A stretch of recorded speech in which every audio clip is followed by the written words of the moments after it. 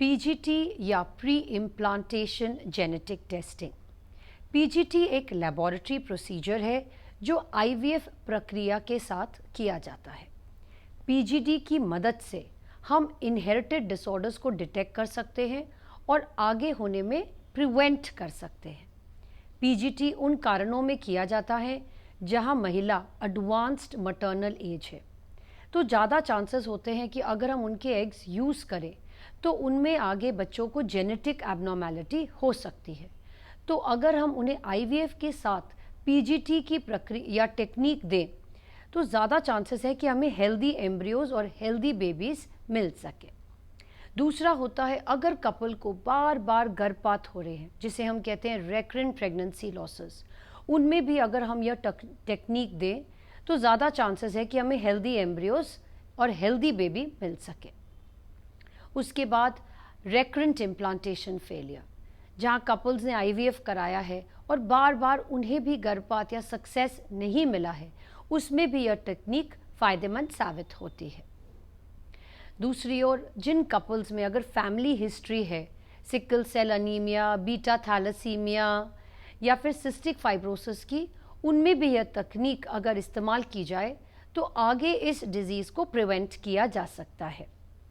PGT में जैसे couple की नॉर्मल आईवीएफ प्रक्रिया होती है, जहां हम मल्टीपल एग्स को निकालते हैं, शुक्राणु के साथ मिलाते हैं, इस एम्ब्रियो को जो कल्चर मीडिया में ग्रो होता है उसे डे 5 या ब्लास्टोसिस स्टेज तक ग्रो किया जाता है। फिर इस ब्लास्टोसिस से सेल्स निकाले जाते हैं और इन सेल्स को इवैल्यूएट या टेस्ट किया जाता है कि इस एम्ब्रियो में कोई जेनेटिक एबनॉर्मेलिटी तो नहीं है। अगर यह एम्ब्रियो नॉर्मल होता है तो ही इस एम्ब्रियो को महिला के बच्चेदानी में डाला जाता है, जिससे प्रेगनेंसी के चांसेस और हेल्दी बेबी के चांसेस बेहतर रहते हैं। पीजीटी तकनीक में नेक्स्ट जनरेशन सीक्वेंसिंग का इस्तेमाल किया जाता है। इन सेल्स को क्रोमोसोम्स के लिए स्टडी किया जाता है और देखा जाता है कि जिस एम्ब्रियो में अगर एबनॉर्मेलिटी पाई जाती है उस एम्ब्रियो को ट्रांसफ़र नहीं किया जाता है। तो इस टेक्निक को अगर हम यूज़ करते हैं तो हमारे ज़्यादा चांसेस रहते हैं कपल के अंदर हम नॉर्मल एम्ब्रियोज इम्प्लांट करें और उनको हेल्दी बेबीज़ के चांसेस ज़्यादा होते हैं। अब बात करते हैं पीजीटी के ड्रॉबैक्स के बारे में।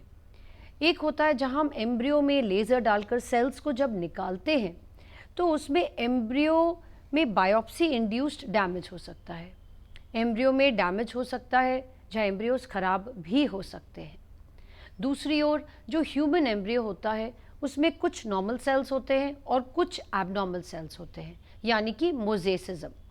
तो यह भी हो सकता है कितनी बार हमें लगेगा कि वह नॉर्मल सेल है, बट हो सकता है वो बहुत कम प्रतिशत होते हैं, बट हो सकता है कि वह एम्ब्रियो भी नॉर्मल ना हो।